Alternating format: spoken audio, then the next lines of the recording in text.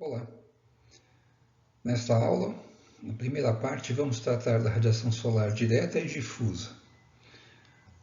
Para isso, a gente vai precisar também tratar de um conceito que se chama espalhamento. A gente já introduziu isso nas aulas anteriores.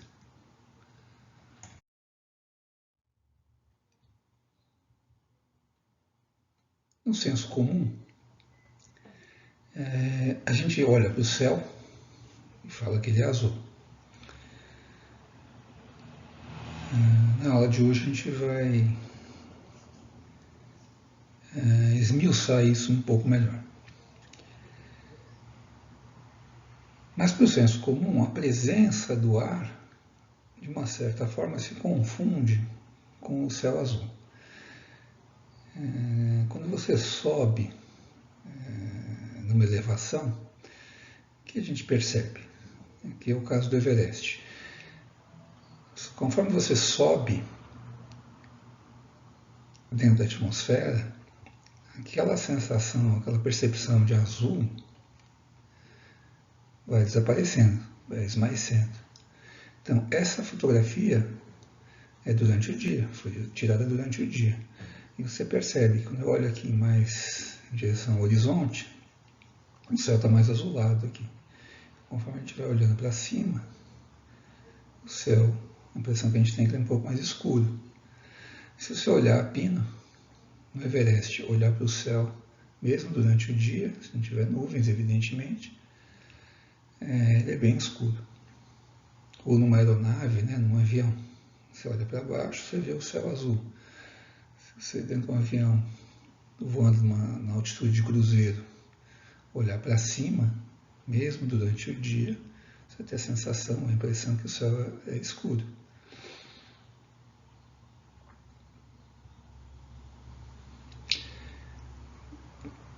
Isso reforça aquela ideia inicial, que a gente apresentou já na primeira aula, de que a atmosfera é uma película, uma camadinha, um pouquinho de nada de ar espalhado bem pertinho da superfície da Terra.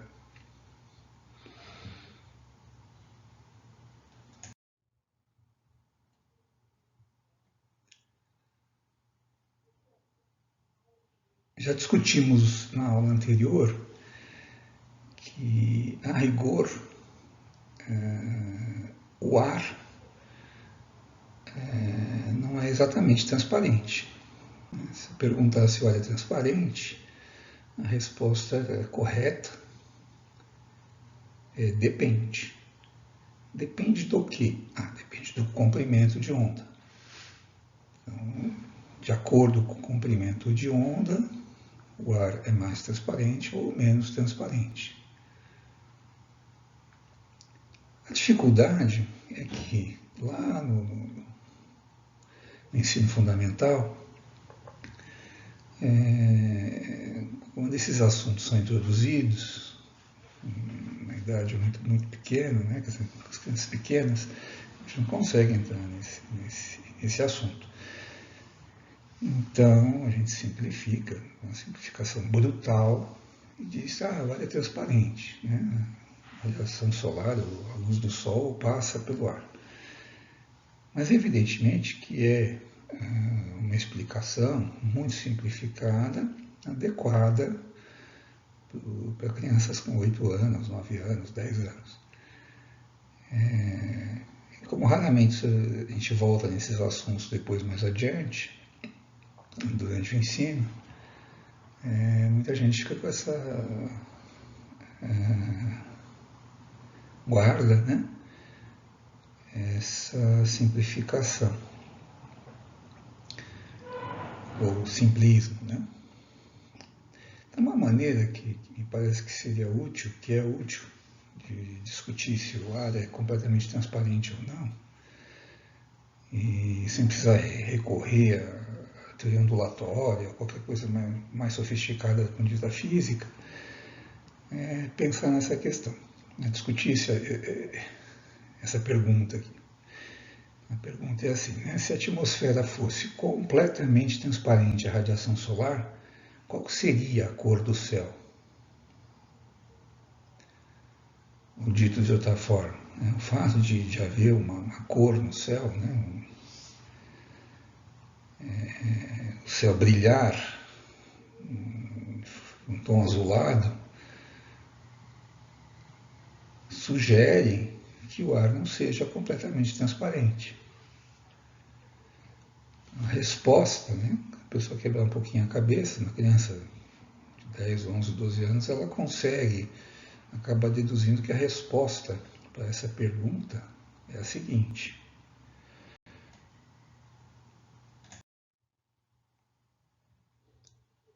então, se a radiação do Sol, né, se a luz solar, essa parte que é visível, né, atravessasse incólume, né, sem sofrer nenhum tipo de alteração pelo ar, a luz atravessaria o ar e a gente não perceberia sequer a presença daquela coisa azulada. Então seria como observar o céu à noite, né? O que a gente ia ver é um fundo escuro, cheio de pontinhos, que seriam a luz das estrelas, e uma estrela em particular, muito brilhante, que seria o Sol. Mas o Sol de dia, o céu de dia, seria escuro também.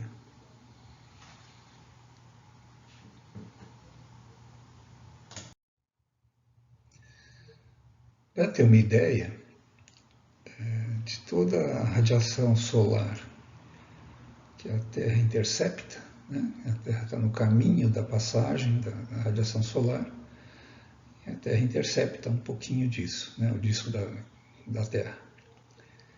Quando a gente pega a Terra como um todo, um período longo, vamos supor um ano, só 49% dessa radiação, de fato, chega na superfície da Terra. 51% interage com a atmosfera e não chega na superfície. A gente vai detalhar melhor o que acontece com essa porção que não chega na superfície. Mas, perceba, grosso modo, né? Só metade que chega. Ou seja, dizer que a atmosfera é transparente, que o ar é transparente, não é só uma simplificação. Na verdade, é muito enganador, né? Dessa porção aí que chegou, né, dos 49, o que acaba acontecendo, que a gente percebe também quando mede, é que, em média, só 28% daquela radiação total que a Terra intercepta realmente chegam na superfície diretamente. O que eu quero dizer com isso? Todos nós temos experiência com sombras, né? Então você fica ao sol e você está ali tomando sol, aí você olha para trás, na direção contrária do sol, você vê uma sombra projetada no chão. Por quê? Porque nessa região do chão, a radiação direta, a que vem diretamente do sol, né, em linha reta, digamos assim, esse feixe foi interceptado pelo seu corpo.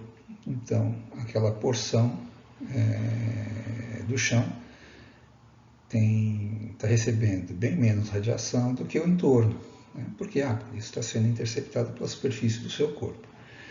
Pois bem, é disso que estamos tratando, né? Essa distribuição aí, é 28% da radiação total que a Terra intercepta, que realmente chega na superfície da Terra. E a diferença, professor? Pois bem, essa radiação que chega diretamente, a gente chama, evidentemente, de radiação direta, né? É aquela que produz sombra, no senso comum, digamos assim. Mas tem uma porção que é espalhada pelo ar. Então, se você prestar atenção, mesmo na sombra, né, se tiver a sombra, aquele trecho do seu corpo que não está interceptando a radiação direta, ainda assim ele é visível. Então, porque de alguma maneira tem radiação luminosa que está incidindo ali sobre aquela parte do corpo que não recebe radiação solar direta. Seu corpo espalha, né? A superfície do seu corpo espalha essa radiação e aí você consegue ver com seus olhos. Então, a diferença, né, dos 49 para os 28, 21%, 21% da radiação solar que consegue atravessar, né, consegue passar pela superfície, pela atmosfera, 21% da radiação solar que a Terra intercepta chega na superfície como radiação difusa, a gente chama. Esse é o termo correto. Então, na superfície da Terra chega 21% da radiação solar como radiação difusa e 28% direta, né, em linha reta. O que é essa radiação difusa? A radiação que foi espalhada, ela vinha em linha reta, né, a direção dela, o feixe luminoso numa certa direção, e ao passar pelo ar, sofre um espalhamento e ela chega sem direção preferencial aqui na superfície, a luz que vem de todas as direções, digamos assim. E essa é a impressão que a gente tem quando olha o céu. A gente vê um brilho luminoso azulado, normalmente azulado, né? Sem direção preferencial. Essa luz parece que vem de todos os lados, mas na origem ela era luz orientada, né?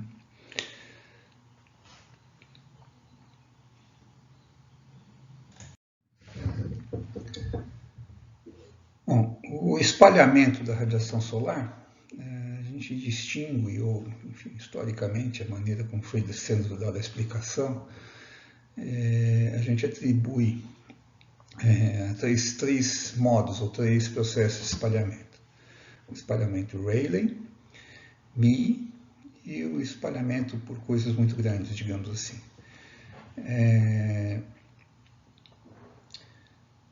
Rayleigh e Mie é nome de pessoas, né? São as pessoas que propuseram a explicação. Eu vou tratar um pouco de cada um aqui.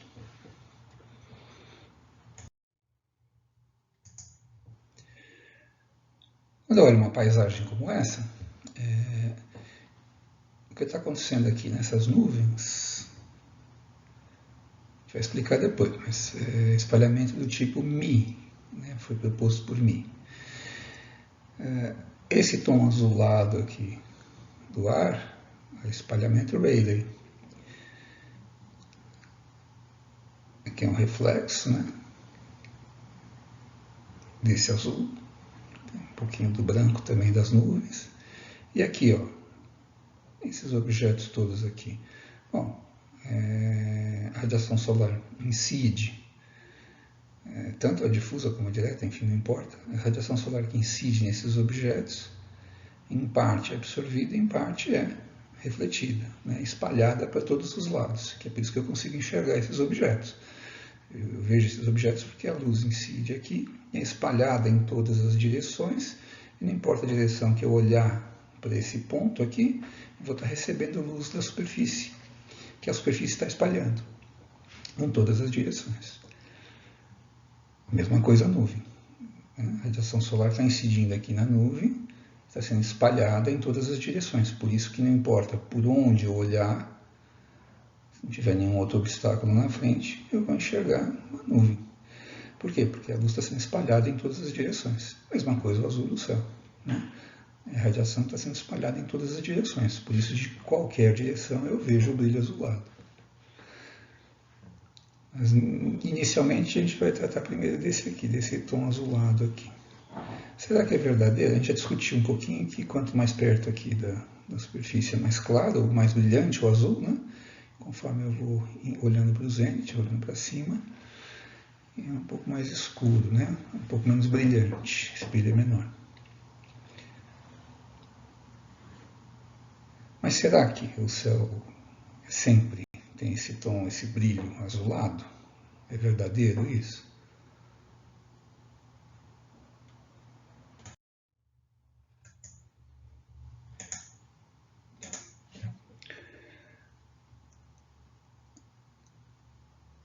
No pôr do sol, quando é possível, né? As nuvens não estão obstruindo totalmente,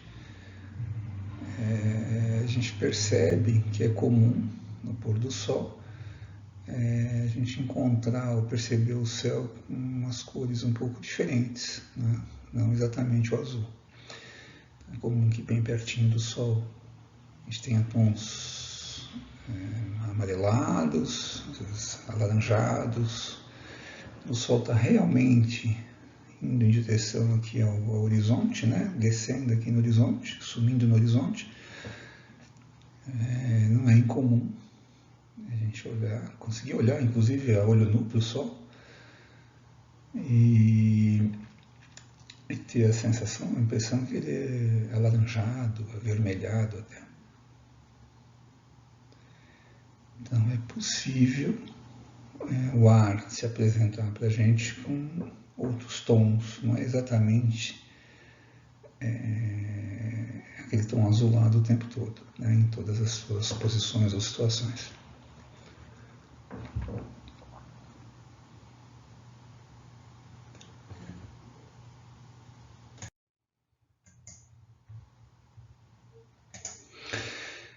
Então, Rayleigh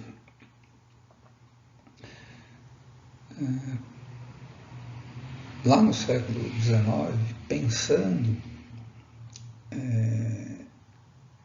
na atmosfera como uma coleção de pequenas partículas, os átomos, né? Ou moléculas pequenininhas, e ao mesmo tempo a luz como um fenômeno ondulatório, mas com comprimentos de onda variáveis, né, todos misturados, ele imaginou que a maneira como essas ondas atravessam um campo de bolinhas, né? Se imaginasse, a analogia que é bastante razoável, assim, você imaginar um monte de bolinhas flutuando numa enorme piscina. E aí ondinhas de comprimentos diferentes atravessando esse campo de bolinhas. E aí ele percebeu e acabou transformando isso, digamos assim, representando isso matematicamente, que quanto menor o comprimento de onda, maior seria o efeito das bolinhas no sentido de desviar a trajetória, de mudar a trajetória das ondas, de bagunçar as ondas. Né? Então, quanto menorzinho o comprimento de onda, mais espalhado, né? Mais espalhada ela seria. Né? Quanto menor o comprimento de onda da luz, a gente diria, olhando no atacado, né, na escala macro, a gente diria maior é o efeito de difusão, né, de espalhamento para todos os lados. E quanto maior o comprimento de onda, é o contrário. Então, o que essa figura representa? A gente está aqui primeiro destacando só o trecho dos comprimentos de onda que são visíveis, né? Só aquilo que a gente chama de luz. O que está para cá seria o infravermelho e para cá o ultravioleta. Então, na nossa atmosfera acontece assim, ó. Quando eu estou com comprimentos de onda aqui um pouquinho mais curtos, né, do azul, violeta, chega, né, na travessia, né, nessa atmosfera, do jeito que a gente tem ela hoje, 23%, mais ou menos, né, 23% da luz solar que atravessa a atmosfera é espalhada. Aonde? Aqui, nesse extremo do espectro. Se eu for no outro lado, lá no outro extremo, aqui, ó, vermelho, né? Indo para o infravermelho, é menos que 5%, 4%. 4% só da luz solar é espalhada pela nossa atmosfera. Ou seja, o espalhamento por esse modelo, né, do Rayleigh, o espalhamento nos comprimentos de onda mais curtos é grande, e conforme eu vou andando aqui no espectro em direção aos comprimentos mais longos, o espalhamento é pequeno. Então, o que vai acontecer? Quando a gente olha, a radiação do Sol vai atravessando a atmosfera, os tons de violeta, azuis, são muito espalhados, rapidamente, né? São bem espalhados, muito eficientemente espalhados. Então, o que acontece? O feixe de luz que está vindo diretamente, né, de radiação direta, que está atravessando a atmosfera, ele vai ficando empobrecido em azuis. E onde está esse azul que está faltando, né, na luz direta, na radiação direta?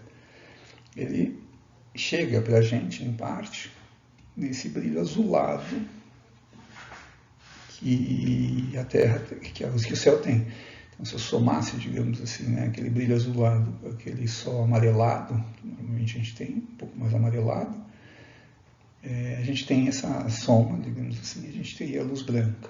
Né? A gente percebe isso como luz branca. Ou quando o sol está a pino, né, a gente tem um mínimo de ar entre nós e o sol. E essa é a situação em que a radiação direta chega com o menor efeito possível no espalhamento da atmosfera. E a gente percebe, né, nesse caso, como branco.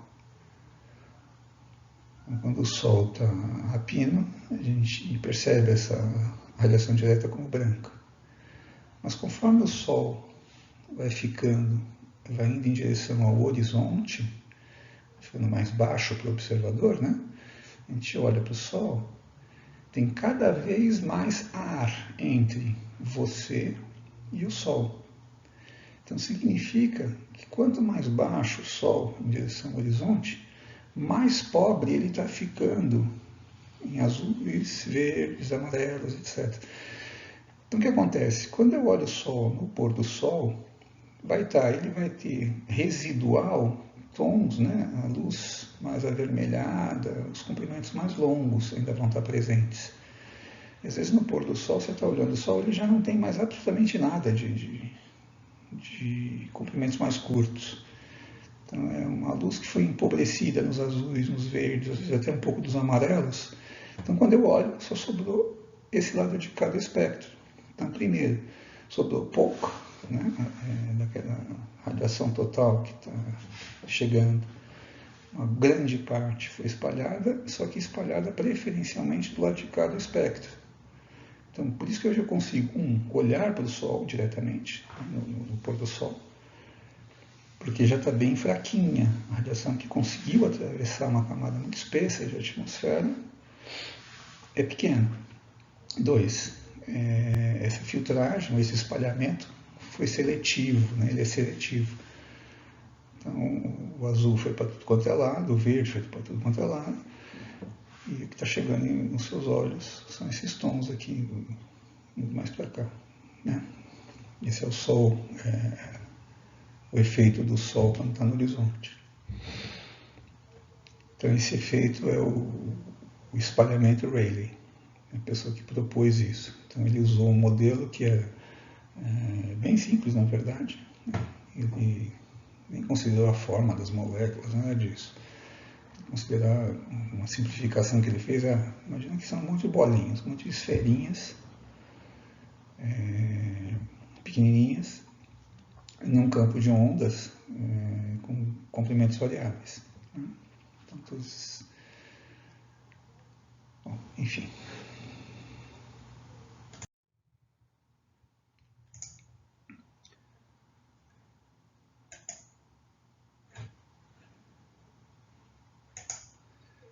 Nesse slide a gente tem então aqui, eu estou vendo, né? Você também, uma nuvem. A impressão que a gente tem então é que o Sol está oculto aqui atrás da nuvem.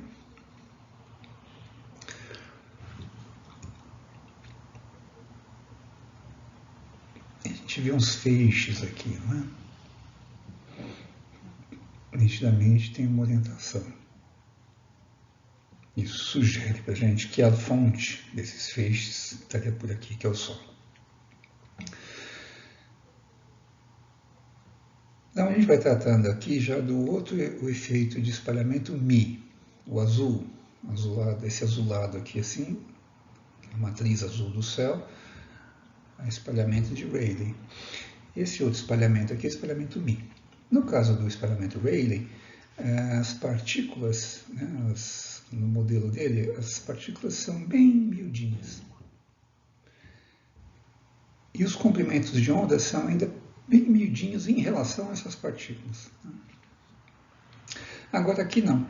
Se você considerar coisas um pouco maiores, como por exemplo, aqui, isso aqui que parece para a gente um objeto só, na verdade, é uma coleção de incontáveis bolinhas, bem miudinhas para nós, na escala que a gente olha, né, na escala macro, para nós são gotinhas de água bem miudinhas. Essas gotinhas, né, um monte delas, estão suspensas ali temporariamente no ar. A luz incide sobre elas e é espalhada para todas as direções. Por que aqui está escuro? Se eu for lá pelo outro lado da nuvem, certamente ela vai ter um aspecto branco, né, brilhante para mim, é onde a luz está incidindo diretamente. Aqui está escuro por quê? Porque a luz, conforme a luz vai atravessando a nuvem, ela vai se empobrecendo, né, pelo efeito do espalhamento.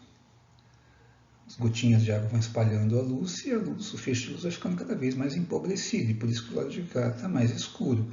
A nuvem não é cinza e nem é branca. Na verdade, esse aspecto, né, de branco, ou mais cinzento, mais azul escuro, enfim, esse efeito é única e exclusivamente uma questão do espalhamento da luz. Então, onde tem bastante luz sendo espalhada, tem essa impressão de branco.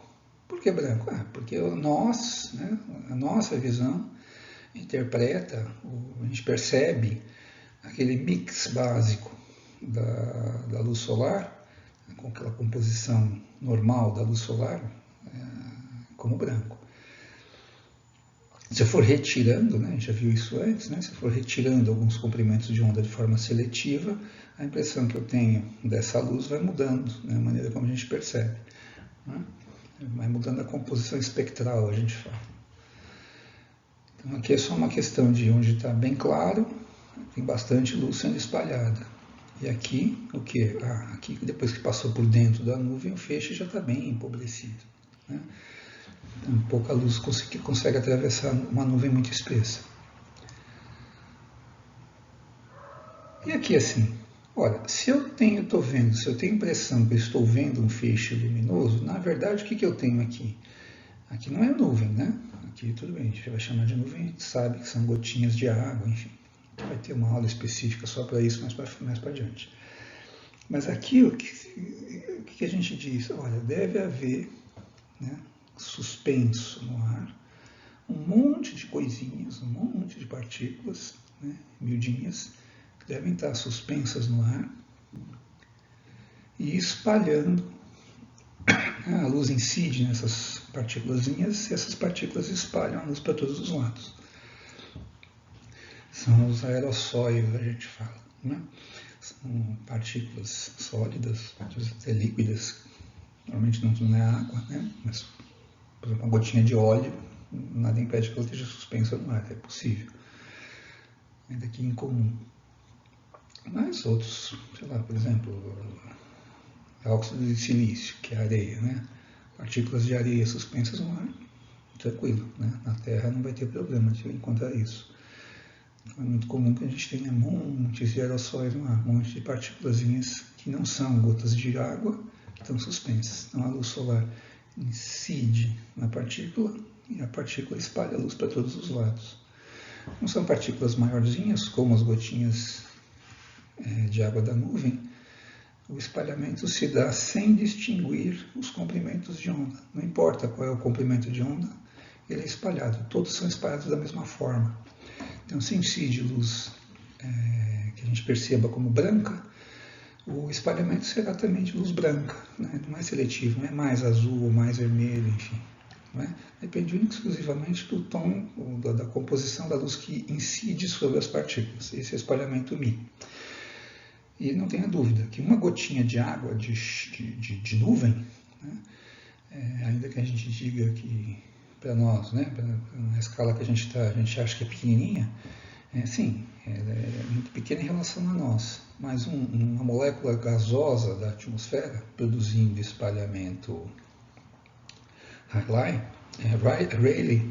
é muito menor, né, é bem miudinha em relação a uma gotinha de nuvem. Uma gotinha de nuvem tem, sei lá, muitos milhões, bilhões de moléculas de água, né?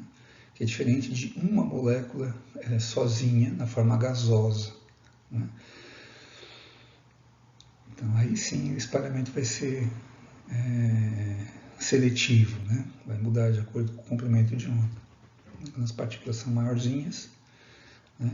São coisas em relação a átomos e moléculas muito grandes, uma gotinha de nuvem, um aerossol, uma coisa assim, aí o espalhamento é não seletivo, né? Todos os comprimentos são espalhados da mesma forma.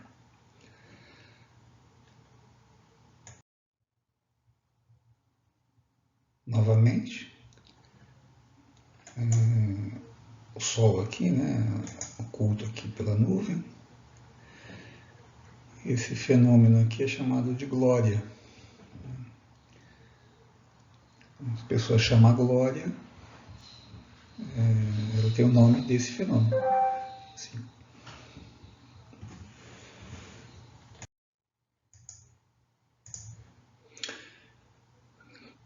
Então, de novo, né,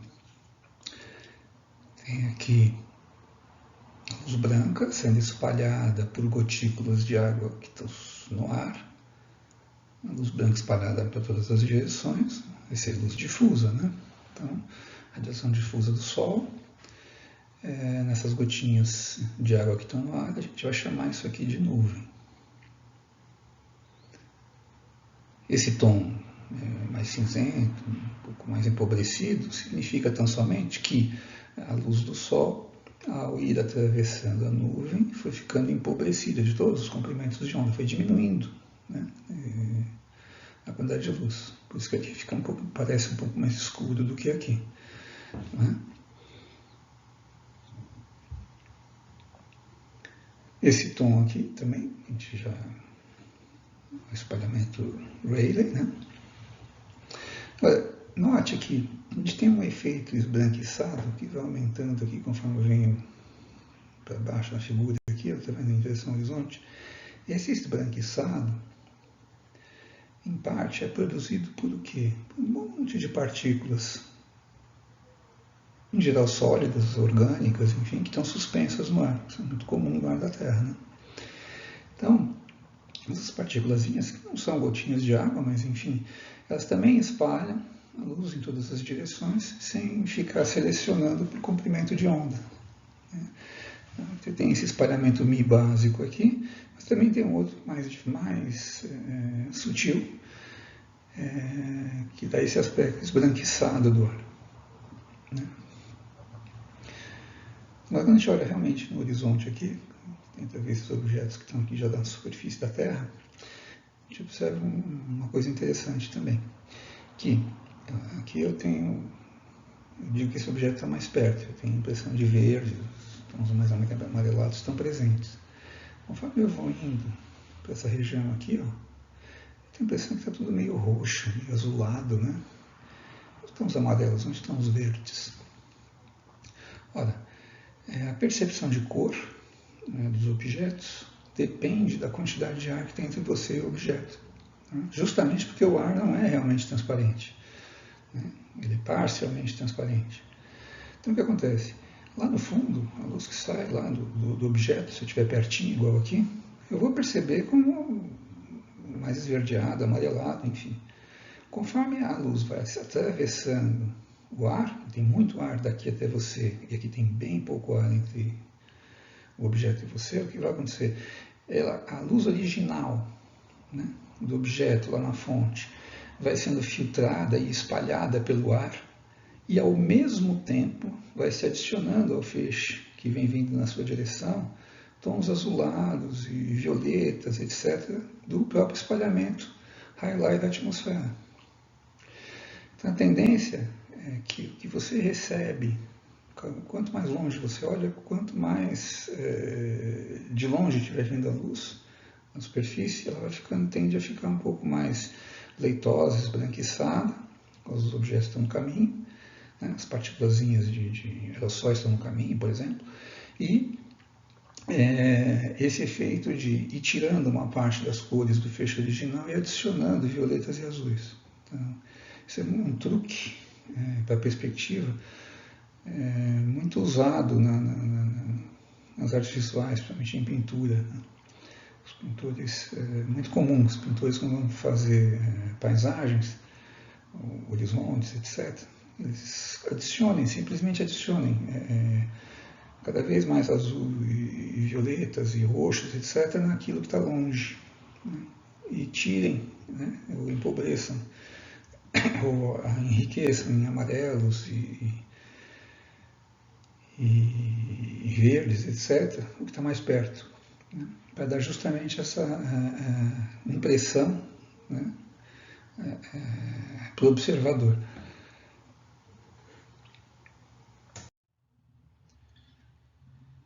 Novamente, nessa imagem não tem uma única nuvem.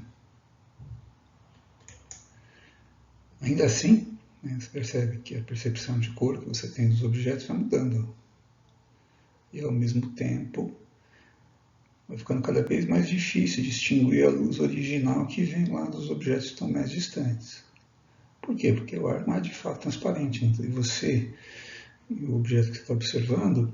Tem alguma coisa, né? Tem o próprio ar, e nesse caso aqui tem as partículazinhas que estão suspensas no ar, que não são gotas de chuva, nem de nuvem, é uma névoa, a gente chama de névoa seca, né?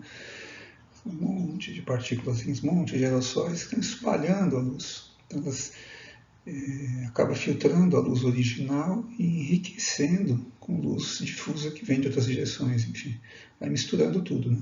Então, aqui, ó, essa montanha que está aqui longe, isso ajuda, a gente interpreta dessa forma, né?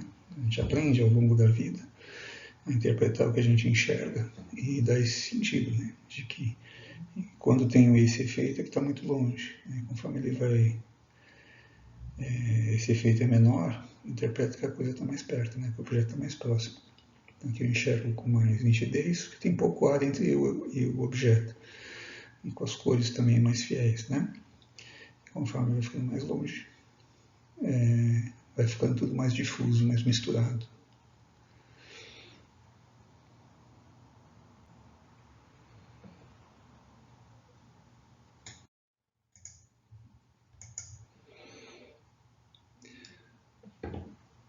A gente, nas aulas anteriores, tratou de apresentar a atmosfera contemporânea como se fosse uma composição básica dela razoavelmente estável, digamos assim, né? Tirando a discussão em torno de gás carbônico, enfim. Mas, grosso modo, a composição na escala de uma vida humana é constante. Na escala geológica, certamente isso não é verdade. Mas, ainda assim, na escala da vida humana, mesmo no tempo contemporâneo, tem uma outra coisa que varia bastante, que é a quantidade dessas partículas, desses aerossóis que estão suspensos no ar. Então, às vezes o ar está mais sujo, às vezes o ar está mais limpo. E um elemento natural que interfere muito nisso, às vezes na escala planetária, são as erupções vulcânicas. Então, a gente tem Tem vários observatórios no mundo, mas tem um que é famoso, que é o Observatório em Mauna Loa. O que é interessante é que, como é no Havaí, está um lugar razoavelmente distante, digamos assim, né? No meio do Pacífico, mas está no Pacífico, enfim, mas está bem distante do grosso das fontes de aerossóis que são antropogênicas, são naturais, enfim, né? Então, sei lá, um deserto, por exemplo, quando sopra o vento, o ar fica enriquecido em aerossóis, né? Os grandes desertos têm essa propriedade, né, de sujar o ar da atmosfera. As cidades, as fábricas, enfim, a atividade humana também tem essa característica de produzir muita sujeira no ar. Então, o que é interessante do Observatório lá de Mauna Loa é que, como está cercado de oceano, uma vastidão de oceano, essas fontes mais pontuais não interferem tanto nas medidas ali, ou é um lugar que essa influência é menor, né? Então dá para ter uma ideia do quanto o ar está transparente ali. E essas medidas estão sendo feitas já há algum tempo. Então a gente vê aqui, começou aqui em 1950 e pouco, 58, e vem vindo em direção ao presente. Então, o sensor está no alto, né, da montanha, né? Ele não está no nível do mar. Então, ele está em um lugar mais alto. Então, a transmissividade, a gente fala quanto da radiação solar atravessa, como é um lugar bem alto, não está no nível do mar, então passa até bastante, né, em relação a quem está no nível do mar. Mas a média, né, o valor aqui, limite médio aqui, essa linha azulada, se a gente olhar, está aqui perto dos 94%. 94% da radiação solar atravessa a atmosfera aqui. No entanto, que é um limite superior aqui nesse azul. No entanto, essa transmissividade, né, quanto que atravessa da radiação solar, ela oscila, né? Ela vai oscilando. Às vezes o ar está um pouquinho mais sujo, um pouquinho mais limpo. Então, quando está aqui assim um pouco mais para baixo, a transmissividade, significa o quê? Ora, a composição química, né, básica lá daquela atmosfera seca não mudou, né? Tem lá o mesmo teor de nitrogênio, oxigênio, etc. O que mudou? Mudou que pode ter mais aerossóis ou menos aerossóis. Essa é a questão. Menos material suspenso no ar, menos sujeira, a gente pudesse usar o senso comum. Então, quando o ar está mais sujo, digamos assim, né, tem mais aerossóis, o que acontece? Ele fica, a transmissividade da atmosfera diminui. Menos radiação solar consegue atravessar a atmosfera e vir em direção à superfície, né? Então, aqui teve uma reduçãozinha, aí depois de alguns anos, voltou para aquele nível que a gente estava vendo aqui no começo. Aí quando aconteceu o quê? Aconteceu um fenômeno aqui, muito rapidamente, o ar da Terra perdeu, né, aquela transmissividade, ele ficou mais opaco, ficou mais difícil para a radiação solar atravessar. E foi uma coisa abrupta, de uma hora para outra, bem rápido. Olha só, daqui para cá, em 70, no limite aqui, 77, 78%. Uma mudança radical.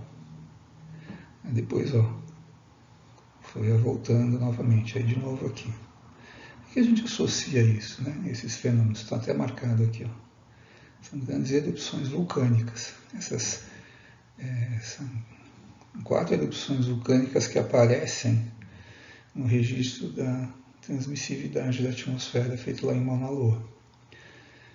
E nenhum desses vulcões é lá no Havaí, né? Estão longe, tão longe. Então, Monte Agung foi uma erupção, sujou um pouquinho a atmosfera e depois voltou. Aqui, o efeito foi pequeno, né? Aparentemente não foi um efeito tão grande. Mas aqui foi uma grande erupção. foi capaz de jogar cinzas, enfim, material vulcânico, né, que foi parar até na estratosfera, nesse caso aqui. Subiu até a estratosfera da Terra. E depois, ao longo dos meses e alguns anos, a atmosfera foi se limpando, né, esse material foi sendo carregado de volta, né, carregado para a superfície da Terra, o ar foi ficando mais limpo e a transmissividade voltou ao normal. Aqui novamente, o Monte Pinatubo, também é uma grande erupção. Então, o que é curioso é que, no meu caso, né, eu nasci por aqui, então eu me lembro que, de fato, o inverno nesse ano foi muito frio, e particularmente, eu tinha um filho muito pequeno, nessa época aqui, na explosão do Monte Pinatubo, a gente teve realmente, foi um inverno muito frio, e foi um ano particularmente muito frio, nessa época aqui. Ou seja, o efeito, né, desses aerossóis interfere, sim, no clima, diminuindo, no caso, quando tem grandes erupções que conseguem sujar até a estratosfera, injetar muito material na estratosfera durante um tempo, a quantidade de radiação solar que consegue chegar na superfície da Terra diminui. É difícil reconstituir isso daqui para o passado, né? A gente saber exatamente o que foi acontecendo no passado. A gente tem, pelo registro geológico, a gente sabe de algumas épocas e eras em que havia um pouco mais de atividade vulcânica, ou menos, enfim. Mas é difícil. A gente tem também registro histórico de erupções, que foram documentadas por registro histórico, né, de diversas maneiras, voltando aí até Pompeia, até antes. Alguns registros que são anteriores ainda.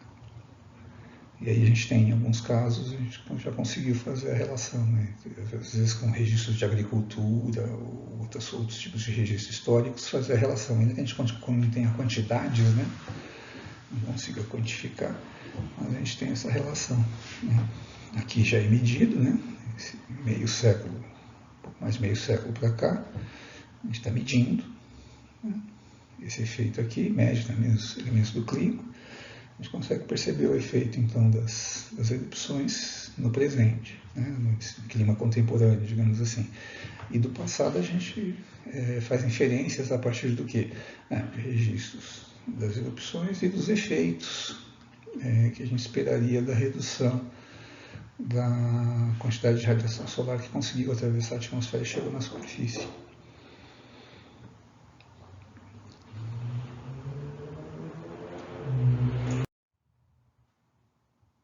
Esse efeito aqui, o arco-íris, e tem mais alguns fenômenos que a gente vai voltar mais adiante, a gente vai comentar. O halo solar, o halo lunar, são fenômenos parecidos, assemelhados. É um fenômeno óptico, do arco-íris, que o feixe de luz entra, atravessa o meio, né, do ar para a água, reflete aqui, por dentro da gota de água, e atravessa de novo do meio líquido para o meio, para o ar, né? Então, quando atravessa de uma fase para outra, a gente fala, ocorre a refração, né? Então, tem uma refração aqui, reflexão, refração de novo. Isso faz o feixe de luz espalhar, né, que nem no prisma de Newton. Que é a mesma coisa, né? Que é bem parecido, acontece no prisma mesmo, é essa situação, né? A mesma coisa, o feixe sofre refração aqui, reflexão aqui, refração aqui. Então, essas duas possibilidades de espalhamento, né, da luz nas gotas de água, que estão suspensas no ar, dá origem àquilo que a gente chama de arco-íris. Então, arco-íris nada mais é do que o observador está numa posição em que ele enxerga exatamente, está na direção certinha que está vindo esse feixe de luz aqui, né? Ele enxerga o arco-íris. Se ele movimentar um pouco mais para cá, ainda tiver gotas desviando, né, ou espalhando a luz nessa direção, ele enxerga. Então é um espalhamento, mas é um espalhamento em que a orientação é importante.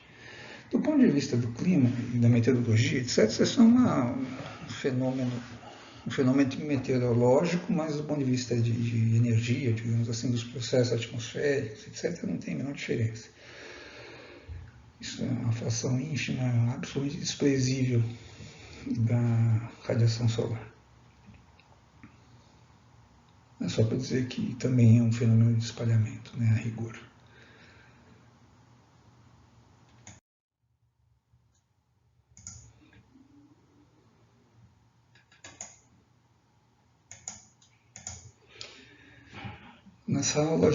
Nessa parte da aula, a gente tratou do fato de que o total da radiação solar que a Terra intercepta, só 48% de fato chega na superfície da Terra.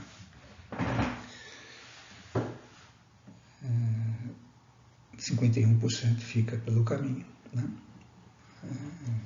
Tem o efeito Rayleigh, grande parte a gente deve ao oxigênio, e que explica também a absorção seletiva do oxigênio, dos comprimentos curtos, né? A gente lá na ordem do ultravioleta, principalmente, explica essa barriga também na temperatura, né? Depois a gente tem concentrado na troposfera, onde estão as nuvens, né? E grande parte dos aerossóis, quase todos, estão na troposfera, a camada turbulenta. Nessa região que a gente tem um grosso espalhamento Mi. De vez em quando, um vulcão ou outro consegue injetar material dentro da estratosfera e sujar a estratosfera. Ela demora um pouco para ser limpa, às vezes alguns meses, anos, talvez, às vezes, depende. Enfim, mas esse material todo também, por espalhamento, sombreamento, atrapalha a chegada da radiação solar que está atravessando a atmosfera. De tal forma que só 28% da radiação solar de fato chega na superfície da Terra, diretamente. E outros 21% é radiação difusa. Primeiro interagiu com a atmosfera, depois desorientada, né, sem orientação determinada, predominante, chega na superfície de toda quanto é direção. Essa radiação difusa é 21%.